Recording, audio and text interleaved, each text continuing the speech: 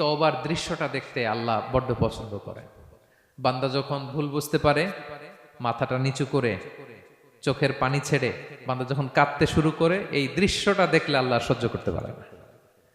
আল্লাহর রহমতের দরিয়ায় জোশ খেলে যায়, বান্দা যা চায় আল্লাহ তাই দিয়ে দেয়। তখন চোখের পানির এত বড় পাওয়ার।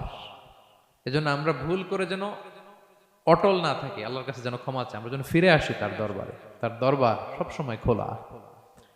এবং তিনি এই তওবার বা ফিরে আসার দৃশ্যটা দেখতে কত পছন্দ করেন শোনেন। রাসূল সাল্লাল্লাহু আলাইহি ওয়াসাল্লাম বলেন, ওয়াল্লাযী নাফসি বিয়াদিহি, তার শপথ যার হাতে আমার আত্মা, লাউলাম তুযনিবু, তোমরা যদি ভুল না করতে, লা যাহাবাল্লাহু বিকুম, আল্লাহ তোমাদেরকে ধ্বংস করে দিতেন। ওয়ালা জাআ বিকওমিন, আল্লাহ এমন এক জাতি তৈরি করতেন, ইউযনিবুন, ওরা খালি ভুল করত, ফায়াস্তাগফিরুন, আর ক্ষমা চাইতো, ফায়াগফিরুল্লাহু লাহুম, আর আল্লাহ তাদের ক্ষমা করতেন।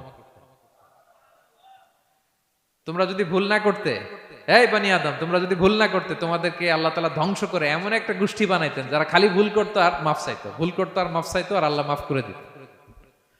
সুবহানাল্লাহ পড়লেন না? গাফিরিয যামবি ওয়া কাবিলিত তাওব, তিনি পাপ মোচন করার জন্যই তো তিনি আমার রব, তওবা কবুল করার জন্যই তো তিনি আল্লাহ সুবহানাহু ওয়া তাআলা, তিনি রব্বে কারীম। তার দয়ার কোনো শেষ নাই, তার মায়ার কোনো শেষ নাই।